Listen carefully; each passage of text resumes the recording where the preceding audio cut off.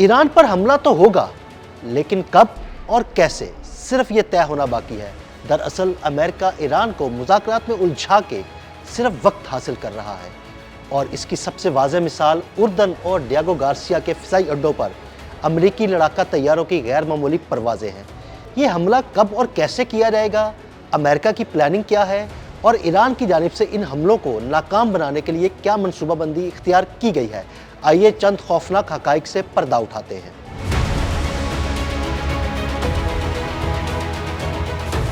دنیا ایک بڑی جنگ کے خطرے سے دوچار ہے اور ایران پر امریکی حملے کی صورت میں پاکستان سمیت دنیا بھر پر تباہ کن اثرات مرتب ہوں گے، جن میں تیل کی قیمت $200 فی بیرل تک پہنچنے کے علاوہ زبردست معاشی نقصان اور مروجہ عالمی نظام کے درہم برہم ہونے کا خدشہ بھی دکھائی دیتا ہے۔ ایسے وقت میں جب عمان میں ایران اور امریکہ کے مابین مذاکرات سے خطے میں امن کی امید پیدا ہوئی ہے اور پاکستان سمیت کئی مشرق وسطیٰ کے ممالک کو بھی مذاکرات میں شرکت کی دعوت دی گئی ہے، ایک پریشان کن حقیقت سامنے آ رہی ہے جس سے نظریں چرانا ممکن نہیں، اور وہ حقیقت ہے امریکہ مذاکرات کی آڑ میں خاموشی سے جنگ کی تیزی سے تیاری کر رہا ہے، اور موجودہ حالات کے تجزیے سے یہ بات ثابت ہو گئی ہے کہ ایران پر امریکی حملہ بڑی حد تک ناگزیر ہو چکا ہے۔ دفاعی اور تصویراتی امور کے ماہرین کے مطابق امریکہ مسلسل خطے میں ملٹری بلڈ اپ کر رہا ہے جو اس بات کی غمازی کرتا ہے کہ ایران پر حملہ بہت جلد ممکن ہے۔ ماہرین بین الاقوامی امور کے مطابق وینزویلا میں امریکی کارروائی، سابق صدر مدورو کی گرفتاری اور ملک کے توانائی ذخائر پر عملی کنٹرول محض اتفاق نہیں بلکہ واشنگٹن جانتا ہے کہ ایران کے ساتھ جنگ کی صورت میں آبنائے ہرمز سے تیل کی ترسیل متاثر ہوئی تو عالمی توانائی منڈی ایک شدید بحران کا شکار ہو جائے گی۔ یہی وجہ ہے کہ امریکہ متبادل سپلائی لائنز کو پہلے سے ہی محفوظ بنا رہا ہے اور دنیا کو در حقیقت ایک ممکنہ توانائی بحران کے لیے تیار کیا جا رہا ہے۔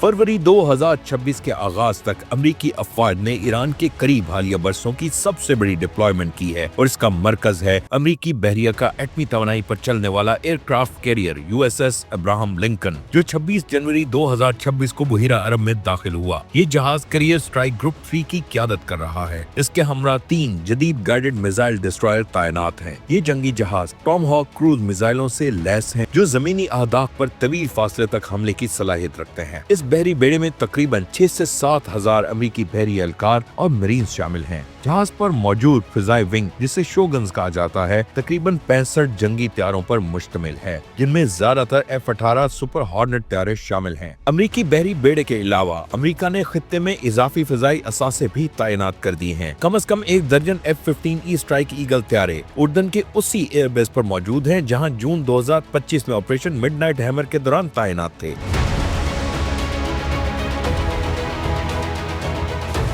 دوسری جانب امریکہ میں موجود B-2 اسٹیلتھ بمبار طیاروں کو ہائی الرٹ پر رکھا گیا ہے۔ F-35 اسٹیلتھ فائٹر طیارے بھی خطے کے قریب منتقل کیے جا رہے ہیں۔ ساتھ ہی ساتھ فضا میں ایندھن فراہم کرنے والے طیارے، نگرانی کے جدید نظام اور command and control platforms کو بھی فعال کر دیا گیا ہے۔ یہ تمام انتظامات کسی ممکنہ پہلے حملے کی عملی تیاری کا حصہ ہیں۔ دفاعی نظام ایک اور کہانی بیان کرتے ہیں۔ امریکہ نے خطے میں مزید تھاڈ اور پیٹریاٹ میزائل ڈیفنس سسٹمز بھی تعینات کیے ہیں۔ اس کا مقصد مشرق وسطیٰ میں موجود تقریباً 30 سے 40 ہزار امریکی فوجیوں کا تحفظ ہے۔ ان حالات میں دفاعی ماہرین کے مطابق امریکہ کی جانب سے ایران پر حملے کے لیے وار گیمنگ کر لی گئی ہے اور تمام حکمت عملی بھی طے کر لی گئی ہے۔ امریکی کارروائی میں ایران کی جوہری تنصیبات پر محدود حملے، پاسداران انقلاب کی تنصیبات اور کمانڈ سینٹرز، میزائل فیکٹریز اور فضائی دفاعی نظام کو ترجیحی طور پر نشانہ بنایا جائے گا۔ اس کے جواب میں ایران کی حکمت عملی بھی بہت حد تک واضح ہے۔ ایران کے پاس Khyber Shikan missile, Emad ballistic missile, cruise missile اور سپرسونک میزائلز موجود ہیں جو کہ فضائی دفاعی نظام کو چکمہ دینے کی صلاحیت سے لیس ہیں، اور ایران کی عسکری حکمت عملی اب دفاعی سے جارحانہ رخ اختیار کرتی جا رہی ہے۔ ایران اپنے پہلے مرحلے میں ابتدائی حملے کو برداشت کرے گا، اسے ابزارب کرے گا۔ ایران نے اہم تنصیبات کو زیر زمین منتقل کر دیا ہے،